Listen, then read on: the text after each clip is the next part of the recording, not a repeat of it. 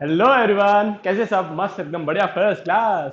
हम principle of management ये particular chapter पे थे। चैप्टर नंबर 1 है, जो कि ओसीएम का फर्स्ट चैप्टर है। राइट? यस। अब ये चैप्टर के अंदर अभी तक हमने क्या क्या देख लिया है सर? देखो, हमने ना लास्ट लेक्चर के अंदर देख लिए थे प्रिंसिपल ऑफ मैनेजमेंट के। हेनरी फोर्ड भाई साहब ने टोटल 14 प्रिंसिपल बताए थे। 14 प्रिंसिपल में से ना अपने 11 प्रिंसिपल तो अच्छे तरीके से हो गए थे। राइट? आज हमारे जो रिमेनिंग जो 3 प्रिंसिपल है, अपन उसको फटाफट से कंप्लीट करेंगे और फिर उसके आगे बढ़ेंगे। ओके? तो अच्छा, ये चैप्टर के अंदर अपन क्या देख रहे हैं सर? अभी अपन देख रहे हैं, अपन ने स्टार्टिंग में इंट्रोडक्शन देखा था। हाँ, बरोबर है। उसके बाद में फिर क्या देखा था हमने? इंट्रोडक्शन देखने के बाद में हमने मीनिंग और डेफिनेशन देखी थी। बरोबर, एकदम बरोबर बोला। उसके बाद में देखा था सर हमने there are different type of theories of management. Right? अलग अलग प्रिंसिपल है। जैसे इन्होंने हेनरी फोल भाई साहब ने 14 प्रिंसिपल बताया, वैसे एफ टेलर भाई साहब बताएंगे 6 की 7 प्रिंसिपल करेंगे, है ना? वो अपन एक देखेंगे। उसके अलावा बाद में देखेंगे कि प्रिंसिपल ऑफ मैनेजमेंट जो अपन अभी पढ़ रहे हैं, इनका बाय डिफॉल्ट नेचर कैसा है, क्या हर ऑर्गेनाइजेशन पे एप्लीकेबल हो सकते हैं क्या? ठीक है? क्या सारे के सारे प्रिंसिपल इक्वली इंपॉर्टेंट है क्या? ठीक है, तो अपन उसके बारे में देखेंगे, वो एक टॉपिक आएगा। और दूसरा आएगा ये सारे के सारे प्रिंसिपल ऑफ मैनेजमेंट बोल रहे हैं अपन, जो भी थेरीज पढ़ रहे हैं मैनेजमेंट की, ये इंपॉर्टेंट है क्या? उनका इंपॉर्टेंस क्या? What is the significance of all that management की theories, different type of techniques और प्रिंसिपल्स, इनका क्या इंपॉर्टेंस है कोई भी बिजनेस ऑर्गेनाइजेशन? पक्का पक्का अपने को ये पता रहना चाहिए कि अपन अल्टीमेटली क्वेश्चंस कौन से पढ़ने वाले। अपने को आधी रात में भी किसी ने उठाना बच्चा कि बोलो ये पर्टिकुलर चैप्टर के अंदर तुमने क्या क्या पढ़ा, तो अपन को बोलते आना चाहिए, बिकॉज वो स्टेप नंबर 1 है। बाद में ऐसा ना हो जाए कि आंसर याद नहीं आ रहा, ये नहीं आ रहा, अपन इतनी बार रिकॉल करें तो वो माइंड में फिट हो ही जाएगा। ठीक है, चलो अपन एक बार देख लेते हैं। अपन ने पर्टिकुलर चैप्टर के अंदर ये अभी तक क्या क्या देखा था? Principle of initiative. Principle of initiative क्या बोलता था कि मैनेजर ने प्रेरित करना चाहिए एम्प्लॉइज को, उनको बोलना चाहिए कि आपने नए नए आइडियाज के अंदर आना चाहिए। इवन तो अगर वो बहुत फालतू के आइडिया भी लेके आ रहा होगा, तो भी अपन ने उसको मोटिवेट करने को ना, एनकरेज करने को ना, उसको बोलने को ना कि आप कर सकते हो। ये इसके अंदर ऑर्गेनाइजेशन के प्रति उसको सेंस ऑफ बिलोंगिंगनेस जनरेट करेगा। Division of work, division of work पूरे एक बड़े बड़े काम को स्मॉल से स्मॉल एक्टिविटीज में आप डिवाइड करोगे, और एक एक्टिविटी वही पर्सन को दोगे, हाँ, जिसके अंदर उसकी स्किल्स है, एक्सपर्टीज है और टेक्निकल नॉलेज है, जिसके अंदर वो पर्सन। और principle of authority and responsibility, हर एक पर्टिकुलर डिपार्टमेंट की अथॉरिटी या रिस्पॉन्सिबिलिटी आप एक पर्टिकुलर पर्सन को दे डालो। अब वो पर्टिकुलर डिपार्टमेंट के लिए वो पर्टिकुलर पर्सन खुद ही लायबल रहेगा। वैसे ही अब वो ऑर्गेनाइजेशन की मतलब वो डिपार्टमेंट की अथॉरिटी उसको दे दिया, तो अब वो पर्टिकुलर डिपार्टमेंट के लिए वो रिस्पॉन्सिबल भी खुद ही रहेगा। अगर कोई भी काम अगर बरोबर नहीं हो पाया, तो वो पूरे पूरे काम की जिम्मेदारी वो पर्टिकुलर पर्सन की मानी जाएगी। प्रिंसिपल ऑफ कमांड, एक पर्टिकुलर पर्सन को, एम्प्लॉय को एक ही पर्सन ने कमांड देने को ना, अदरवाइज वो सामने वाले की क्या हो जाएगा, सामने वाले को जो काम करने का तरीका होगा उसकी इफिशियंसी डाउन हो जाएगी। सेकंड चीज और उसको प्रॉब्लम जाएगी कि उसको कंफ्यूजन हो जाएगा कि अरे मैं किसकी बात मानूं, ये भी बोल रहा है ये भी बोल रहा है, तो पहला किसका करने का है? ठीक है, तो उसको रुकावट आ जाएगी उसके काम के अंदर। ठीक है, तो इसके वजह से क्या बोल के रखा हुआ है, कमांड देने वाला सिर्फ एक ही व्यक्ति होना चाहिए। प्रिंसिपल ऑफ ऑर्डर, ये आखिरी के अंदर ना अपने 14 के 14 प्रिंसिपल आपके मतलब टिप ऑफ द टंग रहेंगे, आप उसका टेंशन मत लो, लर्न हो जाएंगे। अभी मेरे साथ में ना उसके अंदर का मसाला लर्न करते जाओ। ठीक है, आखिर में डबल से अपन रिकॉल करेंगे पूरा का पूरा। प्रिंसिपल ऑफ ऑर्डर का मतलब क्या है? हर एक चीज का रिस्पेक्टिव जगह होनी चाहिए, सो दैट हर एक पर्टिकुलर चीज की एक रिस्पेक्टिव जगह होनी चाहिए, सो दैट वो पर्टिकुलर चीज आपको वहां पे ही मिलेगी। उसके अंदर उसकी स्टार्टिंग की लाइन बोलती थी, everything should have its place and everything should be at its place. हर एक चीज की कुछ ना कुछ एक स्पेसिफिक जगह तो रहनी ही चाहिए, और हर एक चीज अपनी अपनी जगह पे रहनी चाहिए। प्रिंसिपल ऑफ डायरेक्शन का मतलब क्या है? एक व्यक्ति का एक सिंगल प्लान का एक वो व्यक्ति ने ही डायरेक्शन देना चाहिए।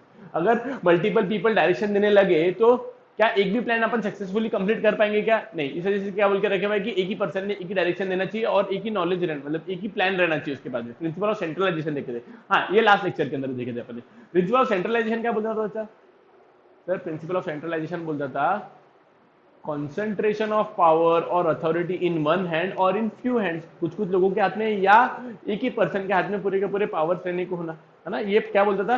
ये बोलता था, ये सेंट्रलाइजेशन मीनिंग होता था। इसके बाद में क्या बोले हुए कि ऑर्गेनाइजेशन के अंदर सेंट्रलाइजेशन और डिसेंट्रलाइजेशन रहना चाहिए, depending upon the size of the organisation and depending upon the nature of the work. Organisation के वर्क के अकॉर्डिंगली और ऑर्गेनाइजेशन के साइज के हिसाब से का ऑर्गेनाइजेशन के अंदर सेंट्रलाइजेशन या डिसेंट्रलाइजेशन रहना चाहिए, दोनों में से कोई एक रहना चाहिए। ठीक है, अगर ऑर्गेनाइजेशन छोटी होगी तो उसके अंदर सेंट्रलाइजेशन काम कर जाएंगे, अगर ऑर्गेनाइजेशन धीरे धीरे बड़ी हो रही है तो उसके अंदर डिसेंट्रलाइजेशन उसको बनाना पड़ेगा। दूसरा प्रिंसिपल ऑफ डिसिप्लिन, ऑर्गेनाइजेशन के अंदर हर एम्प्लॉय को अपन ने डिसिप्लिन में रहना बताने को ना। अच्छा, अगर ऑर्गेनाइजेशन को इजीली अपने गोल्स को अचीव करवाने का है, तो ऑर्गेनाइजेशन को अपने एम्प्लॉयज को रूल्स एंड जो भी रूल्स और रेगुलेशन होंगे उसको कन्वे करना पड़ेगा, और उसको और बोलना पड़ेगा कि आपको ये फॉलो करनी पड़ेंगे। और ऑर्गेनाइजेशन के एम्प्लॉयज की भी ये चीज की रिस्पॉन्सिबिलिटी रहेगी, किस चीज की, कि ऑर्गेनाइजेशन की जो भी रूल्स है उनको समझना और उसको ओबे करना, उसको मानना। सिर्फ ऑर्गेनाइजेशन के एम्प्लॉयज की रिस्पॉन्सिबिलिटी रहेगी क्या बच्चा? नहीं, ऑर्गेनाइजेशन का जो मैनेजमेंट भी रहेगा ना, मैनेजमेंट की भी रिस्पॉन्सिबिलिटी की सारे के सारे रूल्स को उसने अच्छे तरीके से समझना चाहिए और उन्होंने भी फॉलो करना चाहिए। तो मतलब ये इसकी अच्छा, दूसरी मैनेजर की रिस्पॉन्सिबिलिटी भी ये थी कि उसने कन्वे भी करना चाहिए अपने एम्प्लॉइज को कि उसको ये रूल फॉलो करने के। प्रिंसिपल ऑफ रेम्यूनरेशन क्या बोलता था? प्रिंसिपल ऑफ रेम्यूनरेशन ये बोलता था कि ऑर्गेनाइजेशन ने अपने एम्प्लॉइज को टाइम पे सैलरी पे आउट करना चाहिए।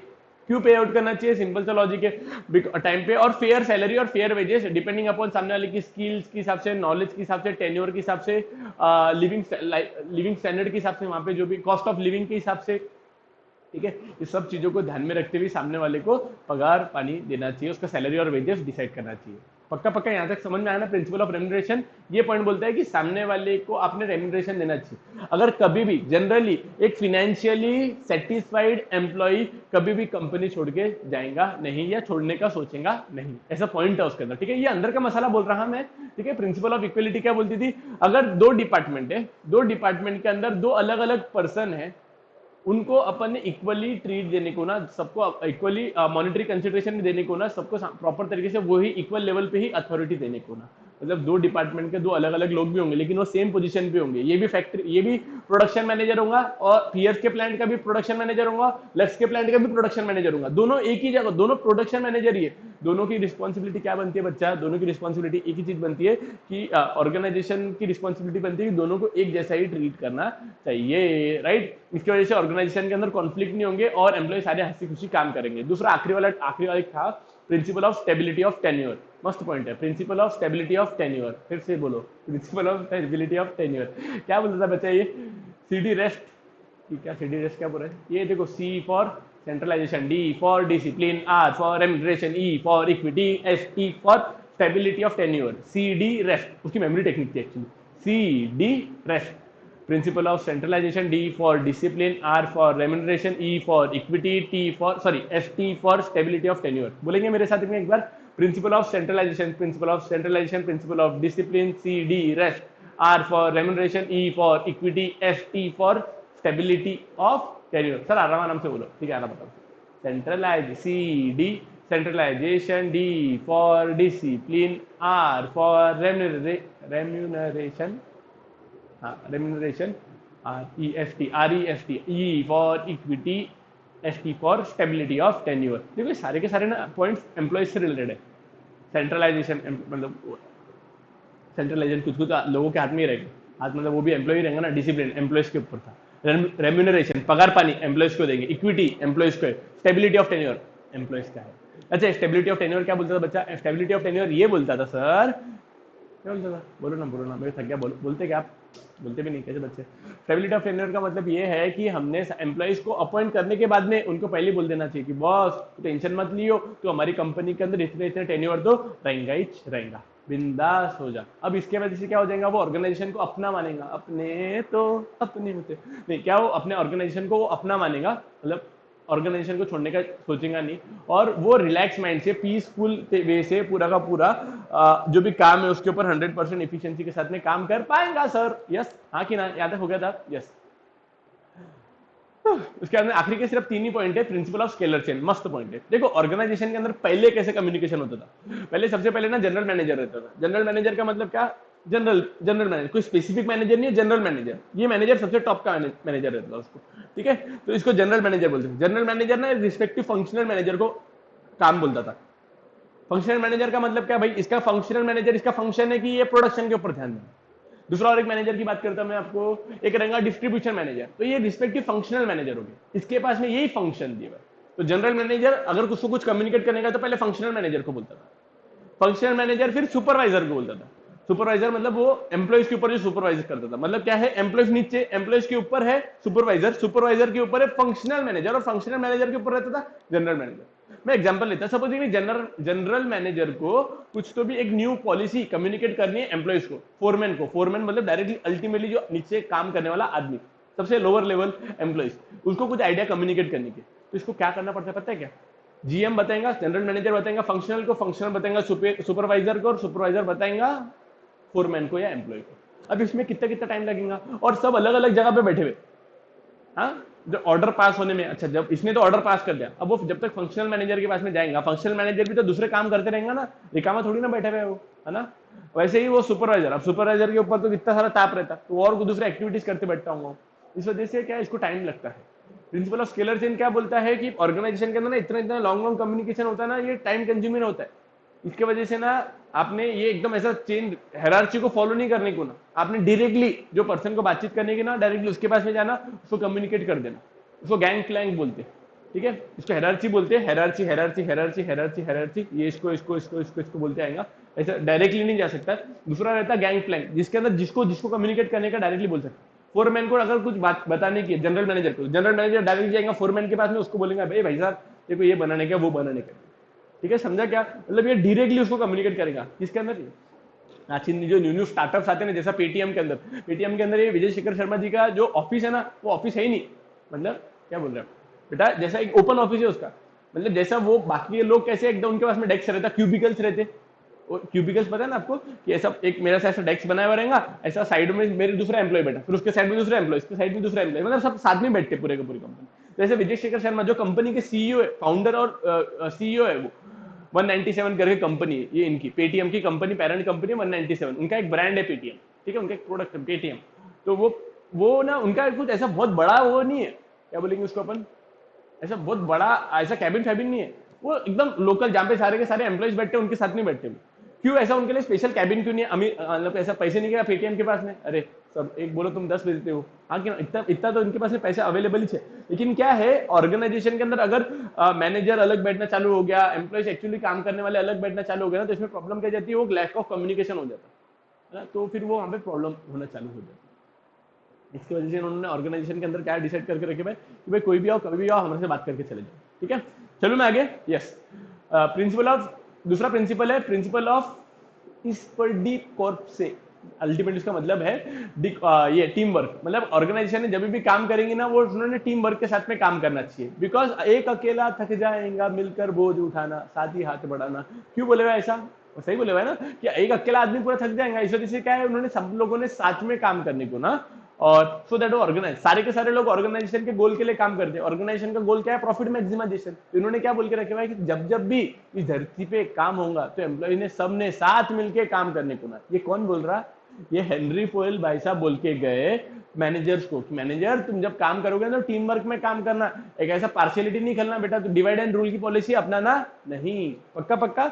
और आखिरी वाला प्रिंसिपल आ रहा है भाइयों बहनों आपके सामने, principle subordination to of individual interest to organisational interest, principle subordination of individual interest to organisational interest. क्या बोला जाता है, देखो कभी कभी क्या रहता है बेटा, ऑर्गेनाइजेशन के अंदर ना एक आधा कोई पर्सन रहता है, वो अड़ियल रहता, उसको जो करना रहता है वो करता, हाँ मैनेजर की सुनता इसलिए, और कभी कभी मैनेजर भी थक जाते हैं। अच्छा, ऑर्गेनाइजेशन को सपोजिंगली XYZ प्रोडक्ट बनाने का है, मैनेजर ने कम्युनिकेट किया भाई सब XYZ बनाएंगे, सब XYZ बनाएंगे, वो सामने वाला एक फलाना पर्सन आया, वो ABC प्रोडक्ट बनाना चालू हो गया। चलो मैं एग्जांपल थोड़ा चेंज करता, XYZ नहीं डालता, सपोजिंगली मैनेजर ने बोला आज सारे के सारे लोग डव डव मतलब लक्स सोप बनाएंगे, सब लक्स बनाएंगे, लक्स बनाएंगे, लक्स बनाएंगे, सबको कम्युनिकेट कर दिया। एक हमारा शिल्लक का आदमी बोलता मैं पीएस बनाऊंगा, क्यों, बोले मेरी मर्जी, मेरे को ज्यादा प्रॉफिट पीएस में मिलता। तो मैनेजर की क्या ड्यूटी है, उसको सामने वाले को बोलना कि बॉस तू तेरा आज पीएस मत बना, हमारे को ऊपर से ऑर्डर आया है कि लक्ष्य बना के जल्दी से जल्दी देने का है, ठीक है। तो इसके वजह से उसने क्या बोला कि ऑर्गेनाइजेशन का जो गोल रहता है, जो अल्टीमेट गोल है ऑर्गेनाइजेशन का गोल क्या है, लक्ष्य बनाना, तो गोल जो रहता है ऑर्गेनाइजेशन का उसके ऊपर ध्यान देना इसको ना। एम्प्लॉयज की ड्यूटी है कि वो ऑर्गेनाइजेशन के गोल को ज्यादा इंपॉर्टेंस देने को ना, खुद के गोल्स को नहीं। इसके गोल क्या था कि बोले मेरे को पीएफ बनाता हूँ, मेरे को ज्यादा प्रॉफिट मिलता है, ज्यादा कमीशन मिलती है, तो बोले नहीं नहीं नहीं, तू तेरी खुद की कमीशन मत देख, तू अल्टीमेटली किसके लिए काम कर रहा है, ऑर्गेनाइजेशन के। तो ऑर्गेनाइजेशन के जो भी गोल्स है वो तेरे गोल्स होना चाहिए, तेरा खुद का कोई गोल मत बना ले तू, समझा क्या आप, यस ठीक है। या तो फिर तू तेरे गोल्स बना रहे तो बना, लेकिन दे शुड बी कोइंसाइड, मतलब वो सिमिलर रहने चाहिए जो ऑर्गेनाइजेशन के गोल्स को है, या तो फिर उनको गोल ऑर्गेनाइजेशन के गोल्स को हेल्प करना चाहिए। पक्का पक्का, बस इतने ही थे, समझा क्या, हाँ कि ना, yes. Scalar change means hierarchy of authority from top level to lower level for the purpose of communication. Hierarchy का मतलब क्या है, मतलब ऊपर से लेके तो नीचे तक top level to lower level for the purpose of communication. Traditionally, organization used to make large scale change, which is very time consuming method for communication. पहले organization बहुत large scale change बनाया करती थी, जो कि बहुत ज्यादा time consuming method रहती थी, because organization के अंदर directly कोई नीचे के employees को ना board of director से मिलने नहीं दिया जाता था, क्योंकि बोले बोले नहीं तुम मेरे को बोल, फिर मैं ऊपर बोलूंगा, फिर मैं ऊपर बोलूंगा, फिर मैं ऊपर बोलूंगा, बोले वो ऊपर वाले रेखा में थोड़ी ना बोले तो हमको बोल, लेकिन इसके अंदर टाइम बहुत लगता था, इसके वजह से बोले पहले ऐसा हुआ करता था, पहले ऐसा हुआ करता था, लेकिन अब क्या बोले, for example general manager inform the decision to respective functional manager, general manager information communicate करता था फंक्शनल मैनेजर को, the functional manager will pass it to the supervisor, functional manager communicate करता था फिर supervisor, and the supervisor will inform to the foreman, और फिर ultimately फिर उसका होने के बाद में सुपरवाइजर फोरमैन को इन्फॉर्म करता था, and so on according to the level of authority. ऐसे ही वो पूरी की पूरी लेवल ऑफ अथॉरिटी के थ्रू वो पूरा का पूरा कम्युनिकेशन हो पाता था, लेकिन इन्होंने बोला बोले नहीं बोले ऐसा नहीं करना, ये बहुत ज्यादा टाइम कंज्यूमिंग मेथड है आज की तारीख में, for avoiding the long change and to take speedy decision, आज की तारीख में लॉन्ग चेंज को अवॉइड करने के लिए और फटाफट से डिसीजन लेने के लिए क्रॉस कम्युनिकेशन होना चाहिए। What is cross communication? Cross communication मतलब क्या, कोई किसको भी कर रहा, फंक्शनल मैनेजर कर रहा डायरेक्ट, देखो फंक्शनल मैनेजर कर रहा इसको फोरमैन को, या फिर फोरमैन कर रहा डायरेक्टली जनरल मैनेजर को, या जनरल मैनेजर डायरेक्टली फोरमैन को, या सुपरवाइजर को, किसको भी कोई भी कम्युनिकेशन कर सकता है, ठीक है। इट विल और डायरेक्ट कम्युनिकेशन मतलब डायरेक्टली उसको अंदर बोल दिया। It is followed by various organisation which is also known as gang plank. क्या बोला, आज की तारीख में बहुत अलग अलग ऑर्गेनाइजेशन सब ये सिस्टम को फॉलो करती है, इसको बोलते हैं गैंग प्लैंक, ठीक है। For direct communication proper permission of authority is necessary. अब सिंस आप डायरेक्ट कम्युनिकेशन कर रहे हो तो आपको सामने वाले को परमिशन लेके जाना पड़ेगा, अल्टीमेटली यार उनका भी तो इफिशिएंसी मतलब रुकावट नहीं होनी को ना, समझा क्या? उसके उनका क्या बोलने का है, ऑर्गेनाइजेशन के अंदर ना वैसे बहुत बड़ी स्केलर चेंज के थ्रू कम्युनिकेशन होता है, there is large number of hierarchy, इस वजह से उन्होंने कम्युनिकेट करते हुए कि बोले बॉस अब इतनी बड़ी बड़ी बड़ी हायरार्की मत रखा करो, आपको जब कम्युनिकेट करना रहता ना तो इजीली मतलब डायरेक्टली कम्युनिकेशन करना चालू कर दो, क्रॉस कम्युनिकेशन की चालू कर दो, लेकिन आप ये कर रहे हो तो आपने परमिशन लेके सामने वाले को कम्युनिकेशन करना चाहिए।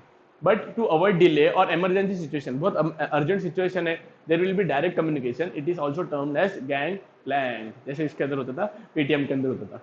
पक्का पक्का, यस। फिर दूसरा principle of esprit de corps से टीम वर्क जिसको बोलते हैं, esprit de corporation means unity is strength, एक अकेला थक जाएगा।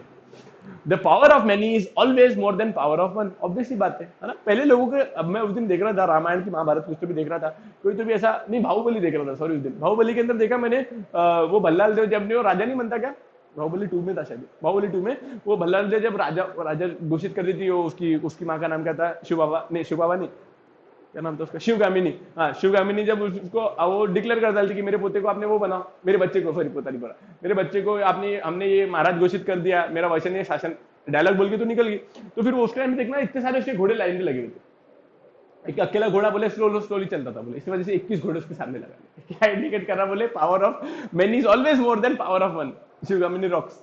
सॉरी मस्ती करा। The manager should create an environment of team work among the employees, क्या बोल के रखा उन्होंने, मैनेजर ने हमेशा एम्प्लॉइज के अंदर एक टीम वर्क के एटमॉस्फेयर को जनरेट करने को ना, the employees should be realise that the organisation goals are achieved only due to combined efforts of all employees. इस वजह से क्या बोल के रखा है, ऑर्गेनाइजेशन का अल्टीमेट गोल सिर्फ तभी अकम्प्लिश हो पाएगा जब सारे के सारे एम्प्लॉइज, सारे के सारे लोग कॉमनली अचीव करवाएंगे ऑर्गेनाइजेशन के गोल और कंबाइंड एफर्ट्स लगाएंगे ऑर्गेनाइजेशन के गोल्स को अचीव करने के लिए। Manager should build a sense of togetherness among the employees, इस वजह से मैनेजर की भी ड्यूटी है, किस चीज की ड्यूटी है, मैनेजर ने भी एम्प्लॉइज के अंदर सेंस ऑफ टुगेदरनेस ब्रिंग करने को ना, मतलब लाने को ना, ठीक है।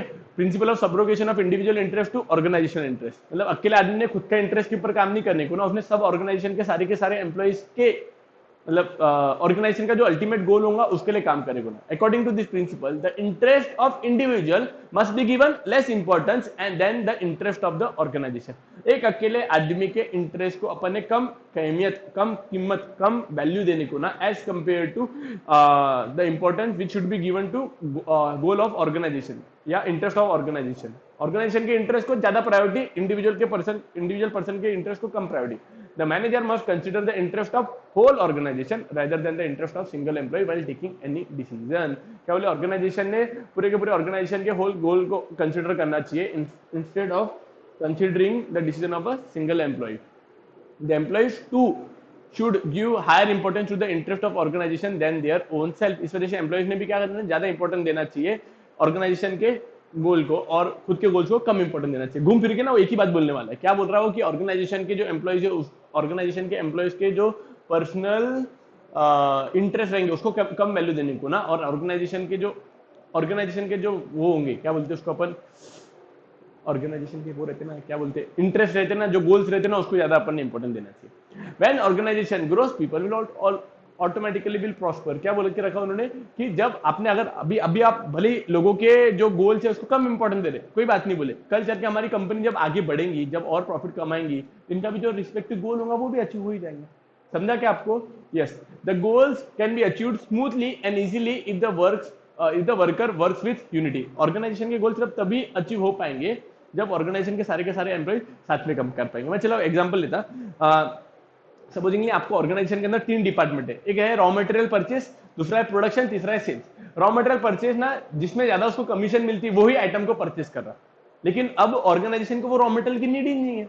लेकिन प्रोडक्शन वाला बोल रहा है उसको, अरे हमें को दूसरा रॉ मटेरियल भेज, बोले नहीं नहीं नहीं, उसके अंदर कमीशन कम मिलती है मेरे को, मैं सिर्फ वही परचेस करूंगा। अब इससे क्या हो जाएगा, अब वो सामने वाला कोई फलते ही परचेस कर रहा, प्रोडक्शन वाला प्रोडक्शन ही नहीं कर पा रहा है ना। तो साथ में कंबाइन होके ही काम कर पाएंगे। Goal can be achieved smoothly and easily if they work unitedly. अगर सब साथ यूनिटी के साथ में अगर सब काम करेंगे तभी जाके ऑर्गेनाइजेशन के गोल हम अचीव कर पाएंगे। The above 14 principle of Henri Fayol's are the most useful to manage the organization efficiently and effectively. तो मस्त पॉइंट बोला हमने, जो ऊपर के बोले हम सारे के सारे आपको ये बताए ना, ये जब आप सारे के सारे प्रिंसिपल आप साथ में मतलब लगाओगे, आप इफिशिएंटली मतलब सब, अगर आप सारे सारे 14 के 14 प्रिंसिपल अगर आपने हेनरी फॉयल के प्रिंसिपल को फॉलो किया तो आप ऑर्गेनाइजेशन को इफेक्टिवली एंड इफिशिएंटली अच्छे तरीके से यूज कर पाओगे, कम खर्चे में और टाइम पे हर एक काम एक्टिविटी आप कर पाओगे। इसका मतलब होता है इफिशिएंटली और इफेक्टिवली का। These are also supportive to the functions of the management. ये जनरली मैनेजमेंट को सपोर्टिव करने वाले function. These principles are very logical and hence applicable in the modern management era. ये बोले आज की जो भी प्रिंसिपल है ना, सारे के सारे बहुत क्या बोलते हैं, वेरी वेरी लॉजिकल नेचर के हैं और ये सारे ऑर्गेनाइजेशन को अप्लीकेबल हो जाते हैं। पक्का पक्का यहाँ पे सारे के सारे होते हैं कंप्लीट खत्म। मैं 2 मिनट सिर्फ पानी पीता, 2 मिनट रुको।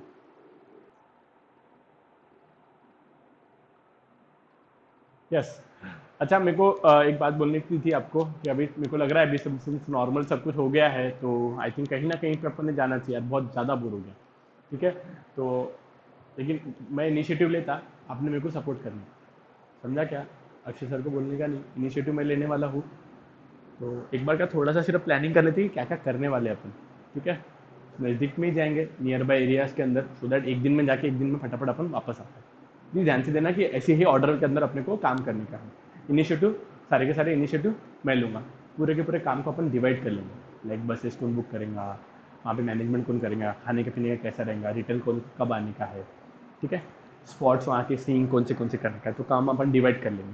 ठीक है, नियर बाय एरिया का देख लेंगे, इनिशिएटिव मैं लेने वाला, काम को डिवाइड कर लेंगे, रिस्पेक्टिव पर्सन को रिस्पेक्टिव ड्यूटी अपन दे डालेंगे, उसको रिस्पेक्टिव अथॉरिटी और उसकी रिस्पॉन्सिबिलिटी पता डालेंगे कि भाई तेरी ये अथॉरिटी है और तेरे को ये रिस्पॉन्सिबिलिटी हमने दे दी। ठीक है, उसको जिसको पर्सन को रिस्पॉन्सिबिलिटी देते हैं, जैसा सपोजिंग मैंने लवेश को मैंने रिस्पॉन्सिबिलिटी दे दी कि भाई तू साइड सीइंग का देखने रखना, तो अभी वहाँ पे अगर कुछ गलत होगा, अगर हमारी साइड गलत निकली लवेश तो तू गया फिर। ठीक है, हम तेरे पास में फुल अथॉरिटी देते ना, तो तेरी रिस्पॉन्सिबिलिटी भी आ जाएगी उसके अंदर। बस वाले की रिस्पॉन्सिबिलिटी अपन जैश को दे डालते हैं, जैश तूने पूरी की पूरी बस को मैनेज करना, फ्यूल्स उसका पैसा वैसा कैसा है हमको सब तू गाइड करने वाला उसके अंदर। ठीक है, हम कुछ नहीं बोलेंगे, और बस सेफ रहने को ना, बच्चों को गाने वाने लगेंगे गाड़ी के अंदर। ठीक है, इनिशिएटिव मैं काम को डिवाइड कर डालेंगे, अपने को जिसको जिसको भी काम डिवाइड करेंगे उसको रिस्पेक्टिव अथॉरिटी और रिस्पॉन्सिबिलिटी अपन दे देंगे। कमांड मैं दूंगा, ऑर्डर मैं दूंगा, और सबको मेरे अकॉर्डिंगली डायरेक्शन के हिसाब से काम करना पड़ेगा। चलेगा तब चलेंगे, नहीं तो फिर रहने देंगे, नहीं तो अदरवाइज नहीं चलेंगे। है क्या मानने आपको?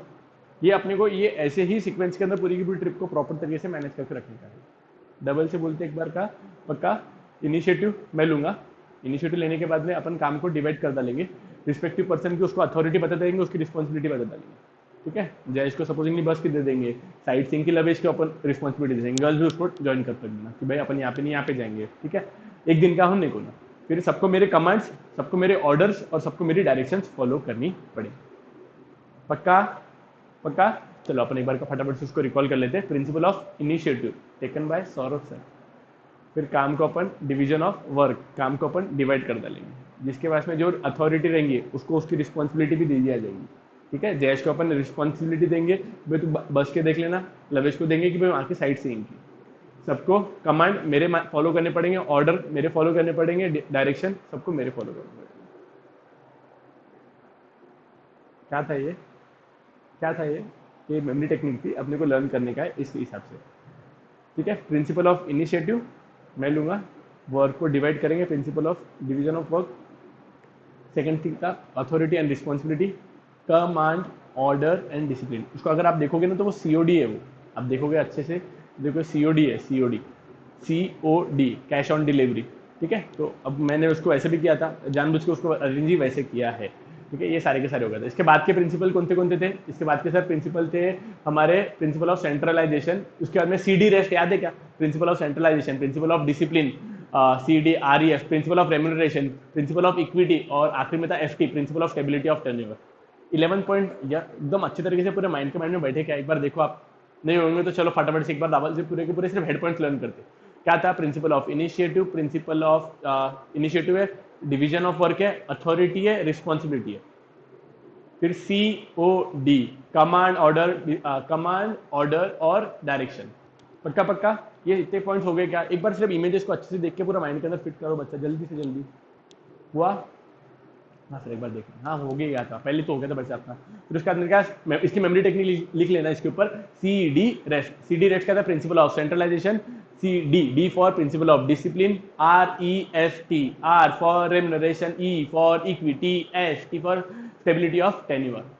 हो गया 11 प्रिंसिपल आपके माइंड में क्या अच्छे तरीके से झक बैठ गए एकदम क्लियर, पक्का पक्का यस। अब उसके बाद में आ रहा है principle of scalar chain, principle of team work, और प्रिंसिपल ऑफ, आपने उसको प्रिंसिपल ऑफ टीम वर्क से याद रखना, प्रिंसिपल ऑफ टीम वर्क, और दूसरा principle of subrogation of individual interest to organisational interest. ये क्या है आपको समझ में आ गया, प्रिंसिपल ऑफ सब्रोगेशन, सबऑर्डिनेशन बोलते कोई उसको, सब्रोगेशन कोई सबऑर्डिनेशन बोलता, principle of subordination of individual interest to organisational interest. पक्का पक्का ये इतने प्रिंसिपल है, सारे के सारे 14 प्रिंसिपल अपने माइंड के अंदर हो गए फिट। इसको ताला मारना अभी के अभी, ये लेक्चर एंड होने के बाद में सारे के सारे 14 प्रिंसिपल की सिर्फ हेडिंग लिखना, अंदर का मसाला गारंटीड लर्न हो जाएगा, उसका टेंशन मत लेना, पहले एक बार का सिर्फ इसका हेड पॉइंट्स अच्छे तरीके से लर्न करके रख लो। सर ये तो ठीक है, इसको 2 मिनट बाजू में रखो। अपनी ट्रिप का क्या हुआ, ट्रिप में कुछ नहीं है, ट्रिप में सब मोम आया है, ये सिर्फ मेरे को आंसर लर्न कराने था बच्चा, उसके लिए मैंने किया। तो मैं क्या करूँ यार, मेरे को कैसे ना कैसे तो आपको लर्न करवाना पड़ता ना। ठीक है, सीधी उंगली से घी नहीं निकला तो उंगली टेढ़ी करनी पड़ती है। चलो thank you so much guys, bye bye, take care, love you. ऐसा नहीं करना ठीक है, अभी इसके पॉइंट आप अच्छी तरीके से लर्न करने वाले हैं, और नेक्स्ट लेक्चर के अंदर आई थिंक एक न्यू टॉपिक चालू करेंगे अपन, और जाएंगे, पक्का जाएंगे। मैं बोल रहा ना, लेकिन आपने मेरा साथ निभाना। अब वो टाइम पे क्या करते हैं, अब आप सब अक्षय सर के साथ में हो जाते हैं, मैं अकेला हो जाता। पिछली बार के बैच के अंदर भी मेरे साथ में ऐसे ही हुआ, मैं सबको पूरा हाँ हाँ चलेंगे चलेंगे चलेंगे, अक्षय सर के सामने सब चुप। ऐसे नहीं चलता यार, मेरे को अकेला अकेला कर दिया तुमने। तो देखते हैं आपको, अच्छा उनको भी मनाना पड़ेगा, मेरे से नहीं मानते अक्षय सर, आपको भी मनाना पड़ेगा। कोई भी एक दिन का तो भी जाके आएंगे अपन, और with your parents permission firstly, जो बच्चों को पेरेंट्स परमिशन देंगे तभी अपन जाएंगे। ठीक है, चलो यहाँ पे लेक्चर पे हम एंड करते हैं, अपन मिलेंगे नेक्स्ट लेक्चर के अंदर, कुछ नवा और पढ़ेंगे, कुछ और नवा कुछ सीखेंगे। तब तक के लिए thank you so much, bye bye, take care, love you.